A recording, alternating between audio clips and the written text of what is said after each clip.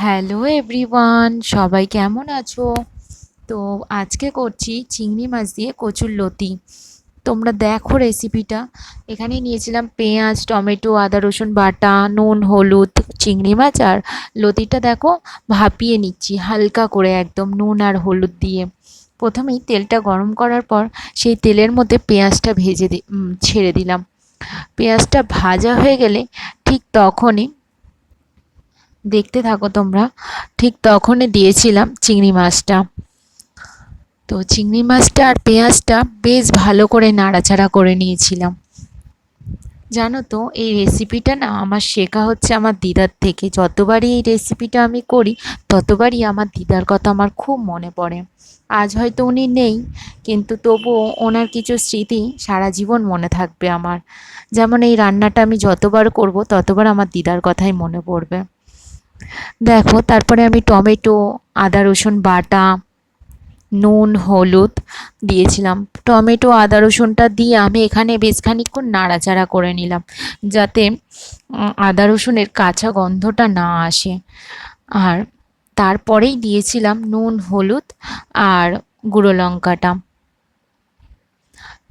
এগুলো দেওয়ার পর বেশ খানিকক্ষণ নাড়াচাড়া করে নিলাম। বিয়ের পর যখনই এই রেসিপিটা তৈরি করতাম তখনই একবার করে দিদাকে ফোন করতাম, দিদা কিভাবে করবো একটু বলে দাও তো। দিদা ফোনে বলে দিত, আর ঠিক সেইভাবেই রান্নাটা করতাম। যখন এই রান্নাটা করতাম না, তখন প্রত্যেকেই আমাকে বলতো খুব ভালো হয়েছে খেতে, খুব টেস্টি হয়েছে খেতে। তো তখন সত্যি খুব ভালো লাগতো যে না, আমার দিদার থেকে এটা আমি শিখেছি। খুব ভালো লাগে। দেখো, ঠিক এই পর্যায়ে এসে আমি লতিটা দিয়ে দিলাম। দেওয়ার পর বেশ খানিকক্ষণ নাড়াচাড়া করে নেব। যেহেতু এটা আমি মানে খুব বেশি সিদ্ধ করিনি, তো ওই জন্য বেশ নাড়াচাড়া করা যাবে, কোনো অসুবিধা হবে না, ভেঙেও যাবে না। আর একটু চাপা দিয়ে আমি ভাজা ভাজা মতো করে নেব।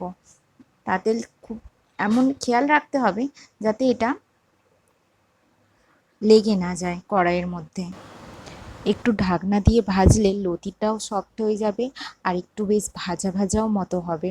তো দারুণ হবে। দেখো, আমি এখানে ঢাকনা দিয়ে দিলাম। ঢাকনা দেওয়ার পর খানিকক্ষণ পর আমি এটা তুলে একটু চিনি দিয়ে দিয়েছি স্বাদ মতো। এবার যে যেরকম চিনি খাও, যে যেরকম মিষ্টি খাও সেই রকম অনুযায়ী দেবে, কারণ লতিতে একটু মিষ্টি না দিলে ঠিক ভালো লাগে না।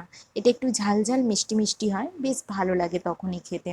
তো যখন খুব ভালোভাবে ফ্রাই হয়ে যাবে, খুব ভালোভাবে ভাজা হয়ে যাবে, ঠিক এই সময় গিয়ে তোমরা এটাকে তুলে নিতে পারো বা নামিয়ে নিতে পারো।